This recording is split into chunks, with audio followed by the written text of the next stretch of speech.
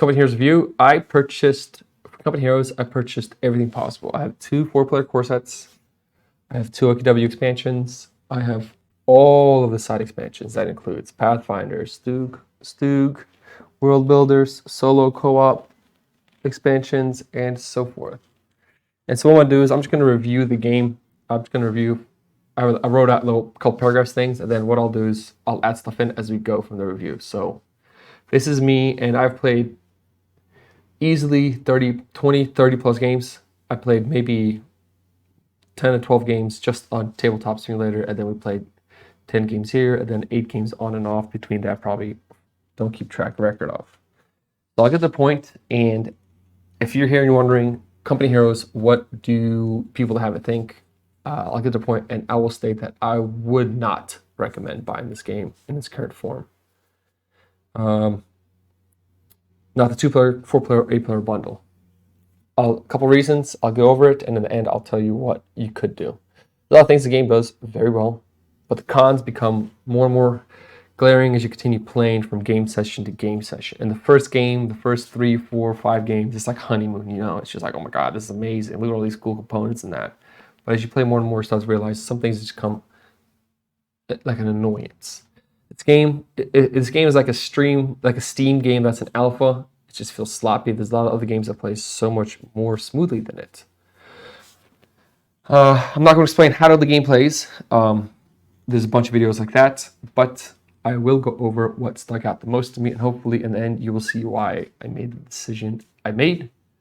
So I think what we're going to do is we're going to start with components. The game probably has some of the best miniature components from all the games I have. It's up with CMON games and all that. I mean, but I'm not a miniature guy, so I don't paint them, but they're great. The different models for each army, infantry, and somewhat realistic tank models are amazing. So every army, the British, the Allies, they're not like the same miniatures. They're differently sculpted. They have different things on them. Really great. It's awesome. And then the different colors too. So it's just beautifully done. And they even stamped the model types on tank models on the bottom of them, just for new players who don't know which tank is what. You can just pick up a piece, you can look at the bottom, and it'll tell you what's there. Everything it packs up great. It stores easily for the amount of moving parts in the game. It's simple. Grab a tray, pull it out. That's all the pieces that you need to play the game. But as you notice right away when you start playing by round 3 or 4, there's a massive problem with components or lack of. There's not enough of anything, or there's sometimes just things you don't know why they have. Some things, they have these damage cubes you use to assign damage to units and to tanks, but the problem is we've never used them. We use dice that they come with, because the vehicle trays come with a dice section. You can put a dice on there to track the vehicle's health. We don't know why they added the cubes. And then we use the orange cubes also now for experience points instead of damage. That's what we started doing, but there's like a lot of them. It's almost not needed. But one of the big problems is just the base dice in the game. The white dice, the blue dice, and the green dice. You use these dice to signify unit upgrades and statuses on units. Like a machine gun team, you need to set it up or have it unset. You have a status dice to signify that. And as the game progresses, you will realize that there's not enough, because you use these same dice for combat, the white ones especially. You even run out of blue ones, and you even run out of green ones, and red ones at times too.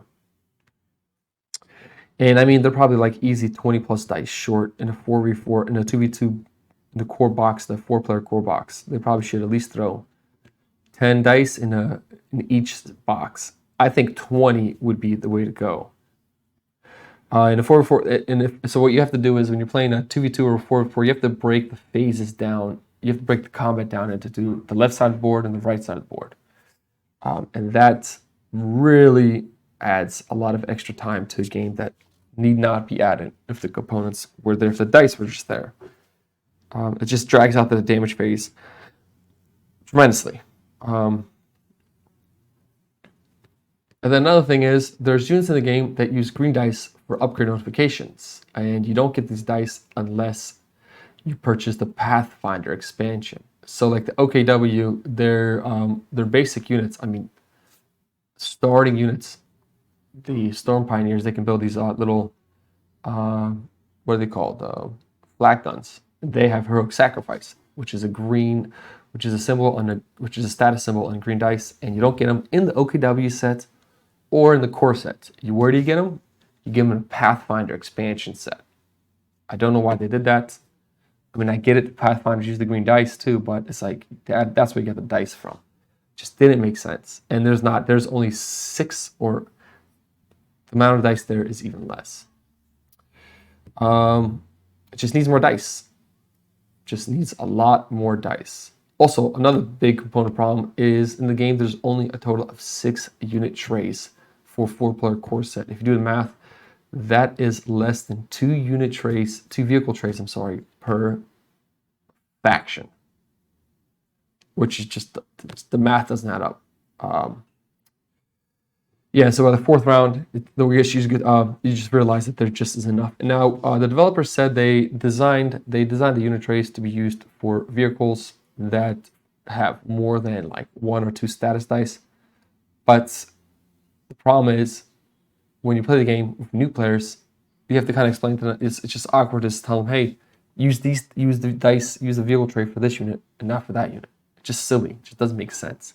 And another thing is, which actually was noticed today, I was on Facebook and somebody pointed out that on Kickstarter, when they promoted the game, they advertised there's going to be 24 vehicle trays in a 4-player core set, which is 6 per faction.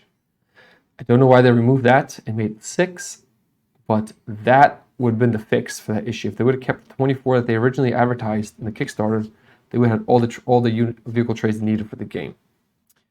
Let's get some to the expansion components. Right off the bat, the solo cooperative expansion. It's bland. I played 3 times, and I've never played since. I'd rather play Mage Knight. I'd rather play Mansions of Madness. I'd rather literally play Cloudspire, any Star Trek, Frontier, any of those over the solo. It's just not. It's good, but it's just not. It's just not there. And the co-op thing, really the same thing. Just the solo unit thing gets added to the co-op when you play with other people, so it doesn't really compare too well. It only comes with 1, so if you're playing with 2 players and you want to play against 2 units, you got to buy 2 of those solo cooperative boxes. Again, just component wise.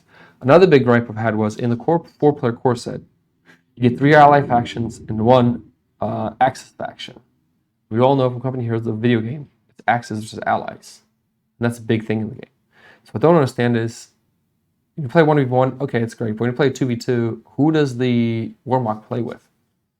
He has to be on the ally side. He has to be with either a British, a Soviet, or an American against the other 2 ally factions. So it's kind of weird how they did that. They didn't put the OKW in, but they added the British. They added, so it's 3 allies, 1 Axis faction. It's just strange. So you have to almost buy an OKW core set just so you can play a 2v2.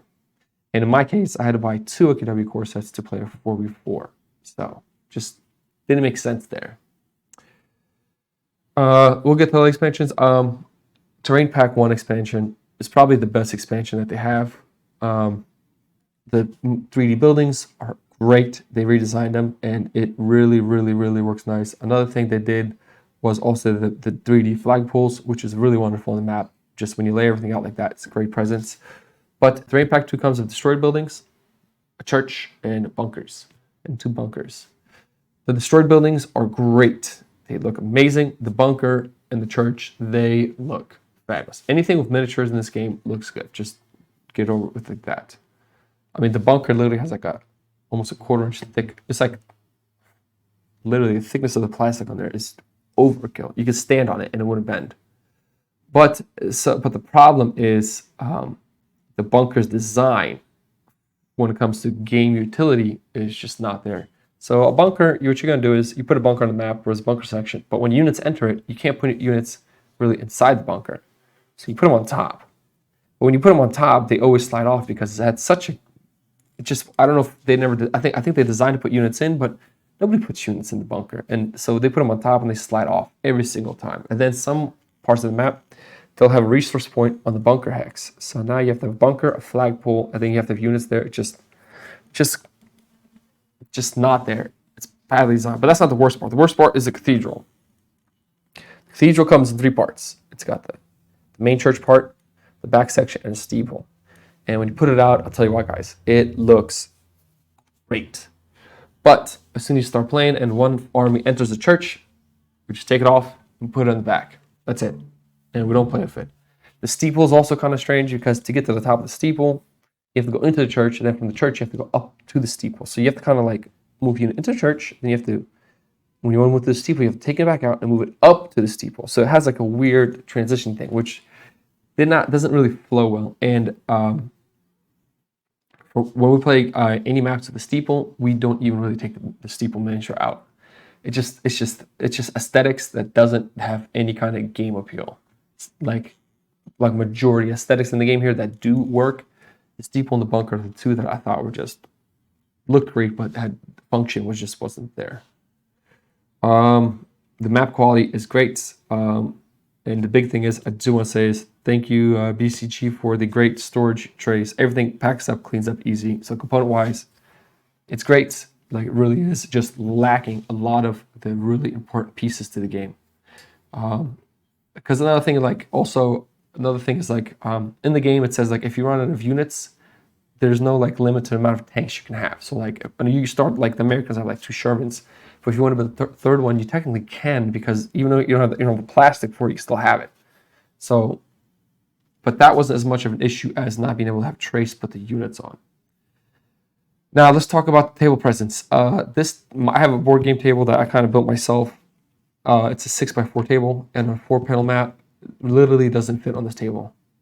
It hangs out about 1 foot on each side, so 2 feet short. So I don't know who they designed a 4-panel map for. I mean, I guess they did because they could, but it just doesn't. I mean, this is as big as you can get of a table before it's uncomfortable to play with 6 people because of reaching distances. So I would even say the 3-panel map also barely fits on the table. That with 3 panels, that's a 3v3 game or a 2v2 game. And the reason why I say this is because when you put the panel map on, it fits, but then you have the unit vehicle trays, then you have in this 3v3 game, then you have all the building sheets, and then you have your income thing, which is ginormous. I mean, I have one here, but in the video when I edit it, I mean, this thing is massive here. And by the time you put everything out, even a 3v3 doesn't fit really. 3-panel map with 3 players, 6 players doesn't fit on this board either. And so what I did was I had the custom built inserts here, which I'll show you. I kind of made these. This is just to hold the building sheets. So in the game, you can just take them off, put it on the side so you can focus on the game. And then when you're ready to build, you just bring it back out and put them next to you. It's a massive board game. But here's another thing. I haven't played another 8-player game of this style, so I don't know if this is really technically a big 8-player board game. Do you know what I mean? Like I got to play like Twilight Imperium 4 with 6, 7, 8 players, and we see how much of the space that takes up to really compare it to. But overall, table presence, it's beautiful when it's on the board, when you set it up. It's big, it's very intimidating, which will go to figuring out the ease of play. How easy is this game to learn? How easy is it to explain to new players? And how easy is it to play? This is probably where it has some of the best parts to it. This game does such a good job in many aspects of making the game learning, not game learning, but game teaching and playing simple. The play is smooth, the game plays good. But the thing is, when whoever is learning the game, they have the problem. Because when you get to the advanced rules, and then there's also rules in the mission booklet, it gets frustrating. So when I first learned the game, I learned basic rules, then I had to learn advanced rules. And then when we started playing on maps, there's even more rules. There's 3 rule books in this game. It's not like Mage Knight. Mage Knight, I think, has 2 rule books. One is like the starting rule book, and then the second one is like the advanced version. But the advanced version doesn't change the rules of the how to play rule book. It just adds to it, and it breaks it down even more. And it's also not like Fantasy Flight. Fantasy Flight does a thing where they have like the 1 rule book, and then they have like glossary where you can find keywords that explains in more depth of what's going on. This is literally 3 rule books. You have the basic rule book that teaches you how to play by the basic rules, and you have advanced rule book that teaches you to play by the advanced rules, which takes away some basic rules and then adds different rules or changes rules. And then there's also the mission book, which also adds variants and rules to the mission. By the mission book, I mean it's the book that showed you how to lay the map out. So it's a pain in the butt. I have never taught new players to play the game by the basic rules. Never have. We're playing an 8-player game. We have 2 new players, and we're teaching them advanced rules off the bat, and they get it. So, I mean, I guess in one way, it's great to teach, but it's a pain in the ass to learn how to teach it. Yeah, because you got to spend a lot of time going through rule books to try and get a complete understanding of the game. And I did have contacted developers a couple times for some rule verifications on Discord. It's just not good, but they did explain it. But the rule booking is good. To put it simply, it's a pain in the ass to learn, easy to teach, and just as easy to play. So I don't know how you take that. Somebody's gonna have to suffer the learning process. My request is to Backdoor Games was to just, hey, fix the rule books. Make it one. You don't need 3 rule books. Make it one rule book. You don't need take out the advanced rules. Nobody play the basic rules. Nobody even used it. I don't think I've played with anybody even online that plays by the basic rules. So I don't understand why they created it. And now we're going to go to the balance of the game. Here is where probably I have the most disagreements with players and the overall balance of the game. And in my experience, the balance of the game is, I'd say it's pretty good. I'd say it's not bad at all. It's not great. It's definitely not Cloudspire. Cloudspire game, they balanced it out extremely well. This game it's good. Like you don't feel like there's one army that is completely superior to all the others. There's not one faction that destroys everyone else. You know what I mean? So you don't feel that, which is great. For British, Soviets, Americans, OKW, and Warmock for 5 factions. Good job. They do a really good job there. And the reason why I say this is because they just did release an errata. Well, when the game came out, they released it's called a recommended errata. Now, the problem with that is I don't know why they called it a recommended errata. It doesn't make sense. It's either errata in my mind or it's not. Why would you recommend an errata? Just say it's an errata. Because it gets even more, the problem comes down even further. Because on the same, you go on the website, you find the errata, and right below it, then they have a section. It's called in testing. So is the recommended errata in testing too? If it's not, it's just really confusing. But I don't know why they have the in testing section 2. They have a section that explains what's in testing. But as a player, it's like, why are you telling me what's in testing? You know what I mean? Leave it to the play testers. Just tell me what the errata is, what changes are. But the errata did fix a lot of balancing issues that they did have prior to the release. So balancing wise, the game is good. I will tell you though that from our 6 to 8 player games, in the last 9 games played, the Allies have only won 1. Is that a balancing issue? I'm not sure, because I played some games and I spectated a lot of them just teaching the rules. I mean, obviously the Allies were making some, I would say, like not good decisions, which I think led to the loss. But overall, you know, I mean, right now Allies won, Axis have 8 wins, and I don't think it's a balance. I think it's just the players making bad decisions. But then here's another story. Last game we played 8 players. We had 4 proficient players playing against another team with 2 brand new players and 2 players that played a couple times. And the Axis with the 2 new players still won the game. So I guess some good news is developers are aware of the issues that I've mentioned, and they're working on a 1.5 Kickstarter, which will be coming out sometime this year, they're saying. Not only that, but they're active on Kickstarter, they're active on Discord, and updating many parts, and they're always willing to help with any issues that come up. I think one of the best part of the games is, if you say, Slav, what is the best part of this game? Why do you still play this game? It's simple. When it comes to a game more than 4 players of that magnitude, Company Heroes probably has the best, did the best job at making it run smoothly. What I mean is, when you're playing a 2v2, 3v3, or 4v4, it's not much longer to play the game. It's not like Cloudspire, where like one player is like an extra hour longer. If you do go from a 2v2 to a 3-player game, it's an hour longer. 4-player game is even more longer. Here it's like you can play a 3v3 or a 4v3 or a 2v2. The difference in timing, maybe 30 minutes. Or that much, 45 minutes. We'll go 45 minutes. And that's huge. From 4 players to 8 players, 45-minute difference is awesome. As long as you have the dice. But when the dice issue comes in, that comes a pain in the butt. So that's probably the best part this game has. If you ask me, Slav can give me a actual numerical score for this game, I'd give it a 5. I think it's average. I think the game is an average game. It's like if I had more than 4 people, if I had 4 people less in my house, I'd rather whip out Cloudspire, play that. But that's a totally different game. So I mean, I'm not really comparing apples because that game just smooth feel. This game, you know what I mean, the lacking components, the like clumsy way of handling the rules and the rule books, it just has an unfinished feel. 5 is average out of 10, so it's not a bad score. But like always, if I was playing if we had 4 people at the house, we'd probably play something else. But with more than 4 people, when you have 6, 8 people, Company Heroes, as of right now, is our go-to game. Thanks for watching, guys.